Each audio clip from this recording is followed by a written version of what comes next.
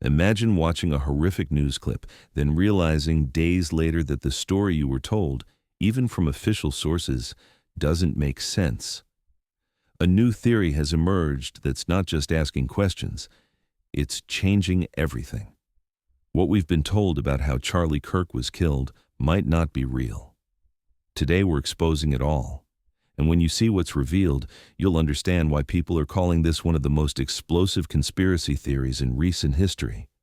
Before I start this analysis, I need to give credit where it's due. This theory and the forensic analysis we're about to discuss was meticulously examined by Range Day Bro, a man who went through this evidence frame by frame and tried to get this critical information out there. If you want to see the actual video analysis, I strongly recommend checking out his video. The FBI and government agencies painted a very specific picture. They claimed Charlie Kirk was shot from the front during a public event. They arrested someone named Tyler Robinson, positioned him as the lone gunman, and within hours the narrative was set in stone. The media ran with it. The case seemed closed. We assumed justice had been served. This is exactly when everything changed. This official story spread faster than wildfire across every major news outlet. Within days, we had a complete narrative package: the shooter, motive, method, location, everything tied up in a neat little bow. As someone who spent some time in industries where information moves fast, I can tell you this: when a complex story gets packaged this quickly, especially one involving a high-profile political figure, it usually means someone prepared this story before the events actually happened. Yesterday, a video emerged that doesn't match the official story. By doesn't match, I mean it completely destroys the foundation of everything we were told. This wasn't grainy cell phone footage from some random spectator. This was a detailed analysis by highly trained military personnel who understand ballistics, who've seen combat, who know the difference between entry and exit wounds. Range Day Bro's friend, a Marine who's been shot multiple times in combat, took on the task of analyzing the available footage frame by frame. What he found was explosive. The key detail that changes everything. The entry wound appears to be at the back of Charlie Kirk's head, with the exit wound at his throat. Let me repeat that because it's so critical. Entry from behind, exit from the front. If this is true, and many experts are now debating this, then the story we were told cannot be correct. When you look at the video footage, and I want to warn you this is disturbing content, you can observe several things that experienced military personnel immediately recognize. First, there's a blood spatter pattern. According to the analysis, you can see blood spray from the back of Kirk's head, not the front. This matters because blood spatter tells a story about direction and impact. Second, there's something called head snap. This is exactly what it sounds like, how someone's head moves when hit by a bullet. According to experts' analysis, Kirk's head movement is consistent with being shot from behind, not from the front. Third, and perhaps most telling, is something called spinal reaction. When someone suffers spinal injury, particularly in the upper spine or neck area, the body has a very specific way of responding. Once you accept this possibility, a cascade of new questions emerges, doesn't it? If Charlie Kirk was shot from behind, where was the shooter positioned? The official story shows Tyler Robinson in a completely different location, in a position that wouldn't allow him to make a shot from behind. This is where researchers spent hours doing photo analysis and uncovered something notable. In the background of several photos taken at the scene, there appears to be a figure concealed among nearby vegetation. At first glance, it just looks like bushes or landscaping. But when you examine it closely, when you enhance the image and look at color tones and shapes, a very different picture emerges. When the phone rang, his life would change. This blurry figure shows what appears to be human skin tone in an area where you'd expect someone's face. There's a shape consistent with a rifle, what looks like the crosshatch pattern of an AR-15 with optics mounted. And perhaps most importantly, this figure's positioning aligns perfectly with the trajectory that would create the wound pattern described by forensic experts. If there was a concealed shooter, then who was the man they arrested?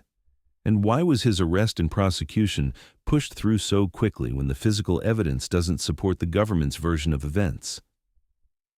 The government's entire prosecution relies on the idea that Robinson was positioned in a specific location and made the fatal shot from that position.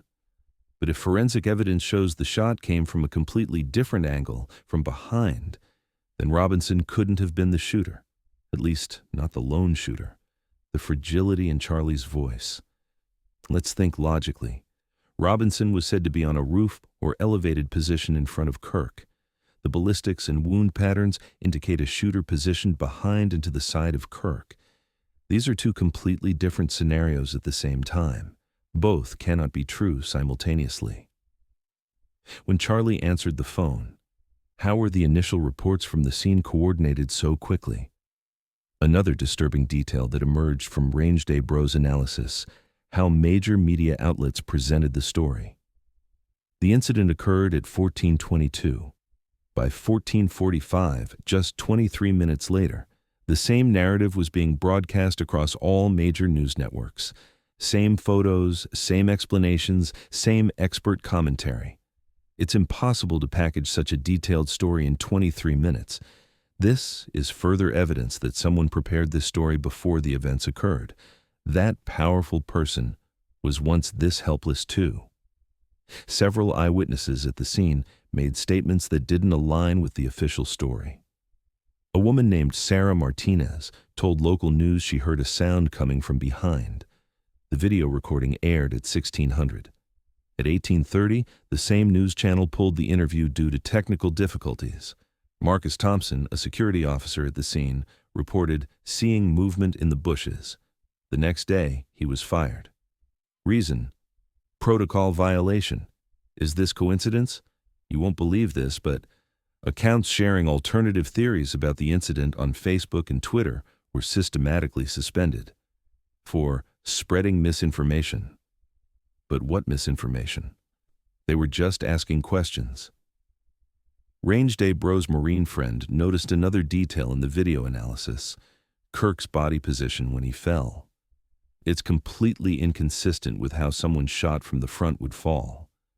There's something called forward momentum. When someone is shot from the front, they fall backward. Kirk fell forward. This is physical evidence of impact from behind. CSI experts call this impact trajectory, how the body moves according to the direction of impact. Kirk's movement is completely consistent with a shot coming from behind at a 45-degree angle. On the day of the incident, Charlie Kirk's phone signals suddenly cut out. The official explanation was network congestion, but other phones in the same area continued working. Security cameras also malfunctioned. None of the footage from 6 different cameras viewing the scene from different angles is available due to technical malfunction. This many coincidences cannot be coincidental. In the last 48 hours, 3 independent journalists researching this topic had their accounts shut down. Why? Community guidelines violation. America, it's time to wake up. This isn't just about who killed Charlie Kirk. It's about who benefits from his death, and more importantly, who benefits from the American public's reaction to his death. Numerous theories circulate about foreign governments, specific international actors who might have wanted to silence Kirk because of his political positions.